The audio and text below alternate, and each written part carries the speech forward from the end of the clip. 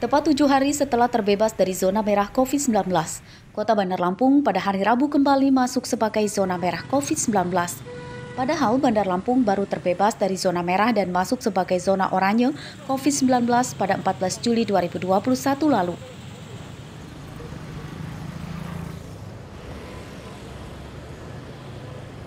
Penetapan kembali sebagai zona merah COVID-19 di Kota Bandar Lampung ini bertepatan dengan dimulainya masa perpanjangan PPKM darurat oleh pemerintah pusat sampai 25 Juli 2021 mendatang.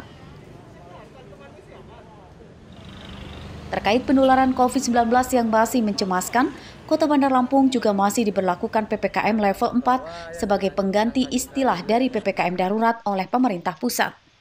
Penentuan daerah level 4 karena ditemukan lebih dari 30 orang per 100.000 penduduk dalam satu pekan terakhir yang dirawat di rumah sakit akibat COVID-19. Aturan PPKM level 4 yang dilaksanakan di Kota Bandar Lampung masih mirip dengan aturan PPKM darurat. Pelaksanaan KBM dilakukan secara daring, pelaksanaan kegiatan di sektor non-esensial diberlakukan 100% bekerja dari rumah atau WFH. Pembatasan jam operasional supermarket, minimarket, dan swalayan sampai jam 20 waktu Indonesia Barat. Kan darurat kan diganti dengan level angka. Ya nanti akan kita informasikan, tapi level angka ini kan ada kategorinya. Yang ini boleh, yang ini boleh, yang ini boleh, yang ini boleh, yang ini boleh. Nah ini akan kita sampaikan dan kemudian lagi mau manggil yang berkaitan kayak perkumpulan hotel, kaki lima, pasar kan tadinya boleh sampai jam sekian, sekarang sampai jam 5. Nah ini kan harus kita sosialisasikan. Nah kalau pemerintah sosialisasi bagus, masyarakat terimanya bagus, insya Allah. Dari data Dinas Kesehatan Lampung, sepanjang hari Rabu, pasien baru COVID-19 di Kota Bandar Lampung bertambah 102 orang. Jumlah akumulasi pasien COVID-19 di Kota Bandar Lampung sebanyak 7.420 orang, dengan 438 pasien COVID-19 meninggal dunia. Jeffrey Arifin melaporkan dari Bandar Lampung.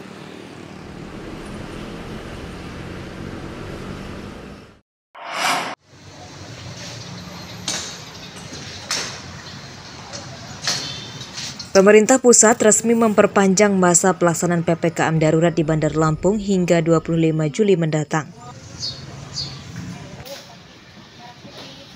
Rabu siang, kawasan pertokoan Pusat Grosir di Mangga 2, Teluk Betung Selatan, Bandar Lampung sepi karena sebagian besar toko masih tutup. Namun ada saja toko pakaian yang masih buka. Pemilik toko mengaku tetap nekat buka karena tidak lagi memiliki pemasukan keuangan selain dari berdagang. Padahal, meski toko buka namun tidak ada pembeli datang terkait banyaknya jalan yang ditutup. Salah satunya adalah Fahmi, pedagang pakaian ini mengeluhkan kebijakan perpanjangan PPKM yang dinilainya berlarut-larut. Ia mengaku penghasilannya menurun drastis sejak dimulainya diberlakukan PPKM Mikro yang dilanjutkan dengan PPKM Darurat dan kini masa PPKM Darurat kembali diperpanjang.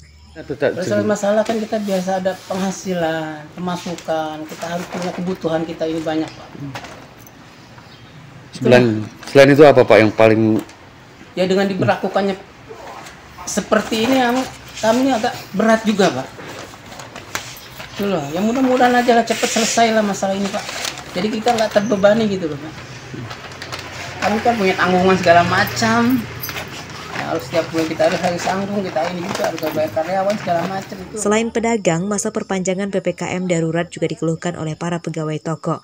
Mereka khawatir akan diberhentikan dari tempat kerjanya karena pemilik toko tak lagi mampu membayar pegawai, dampak berjualan sepi pembeli. Buat makannya agak susah gitu kan, kita kan ada anak, istri, belum bayar ini bayar itu gitu kan. Ya gitu aja sih. Kok saat ini udah ampun luar biasa. Pokoknya udah aduh gimana yang bisa ngomong lagi lah, udah capek. Harapannya seperti apa Mas? Kalau buat harapan kedepannya mudah-mudahan sih PPKM sudah ditiadakan lagi.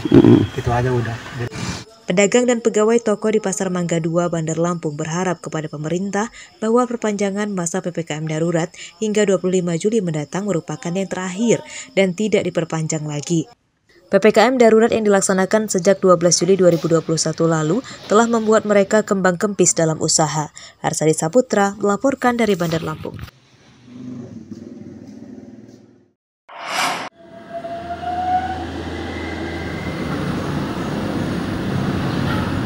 Sungguh menyedihkan nasib tempat wisata kolam renang lokal di Desa Penawarejo, Kecamatan Banjarmargo, Tulang Bawang.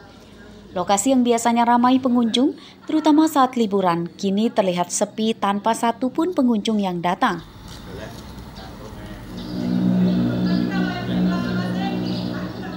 Pada Rabu siang, hanya terlihat 1-2 karyawan yang tetap menjaga kebersihan dan kerapihan kolam renang.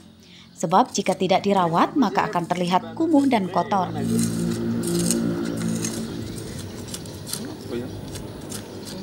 Dampak sepinya pengunjung, pihak manajemen bahkan sudah merumahkan setengah lebih karyawannya.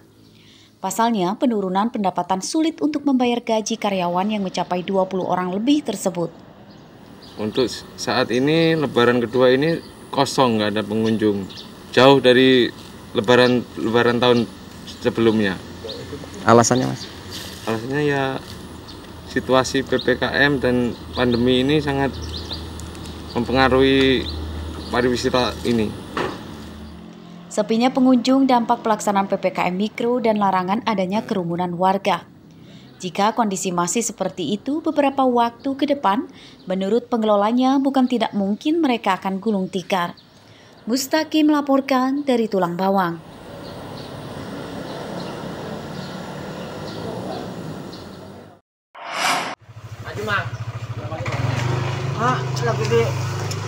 Hari Raya Idul Adha biasanya menjadi berkah bagi pemilik usaha pengepul kulit domba, kambing, sapi hingga kerbau.